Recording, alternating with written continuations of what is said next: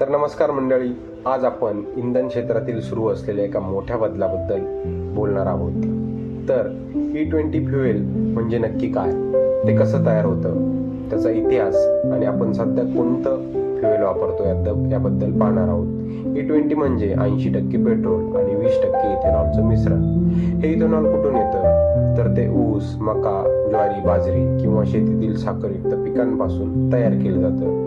प्रथम या पिकांपासून रस किंवा स्टार्च वेगळं केलं जातं. त्यानंतर त्यांचं फर्मेंटेशन म्हणजे आंबवणी प्रक्रियेद्वारे अल्कोहोलमध्ये रूपांतर केलं जातं. मग त्याचं डिस्टिलेशन करून शुद्ध इथेनॉल मिळवलं जातं आणि शेवटी ते पेट्रोलसह 20% प्रमाणात मिसळून E20 फ्युएल तयार केलं जातं. इथेनॉलचं हे मिश्रण जीवाश्म इंधनावर अवलंबित कमी करतं आणि पर्यावरणासाठी उपयोगी ठरतं.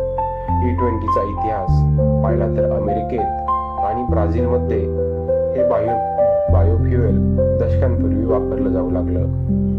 पण भारतात इथेनॉल मिश्रणाचा पहिला प्रयोग 2003 साली E5 आणि त्यानंतर E10 पासून सुरू झाला.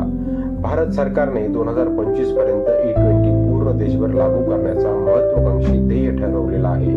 याचा उद्देश म्हणजे परदेशातून येणारं कच्चं तेल कमी करणे, भारतीय शेतकऱ्यांना ऊस आणि इथेनॉलमुळे नवं उत्पन्न देणे आणि प्रदूषण कमी करणे हा आहे. सध्या आपलं पेट्रोल सामान्यतः E10 म्हणजे 10% इथेनॉल मिश्रण असलेलं आहे. काही महानगरांमध्ये E12 किंवा E15 चे प्रयोग देखील सुरू आहेत, पण E20 राज्यभर येण्यासाठी अजून तयारी सुरू आहे.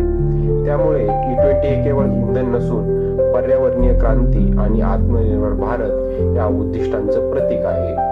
पुढील भागात आपण पाहणार आहोत की हे नवीन फ्युएल जुन्या आणि नवीन वाहनांवर काय परिणाम करणार आहे, ते फायदेशीर आहे की घातक आहे, आणि म्हणून अशाच नवनवीन व्हिडिओसाठी आपल्या चॅनलला नक्की सबस्क्राईब करा. धन्यवाद.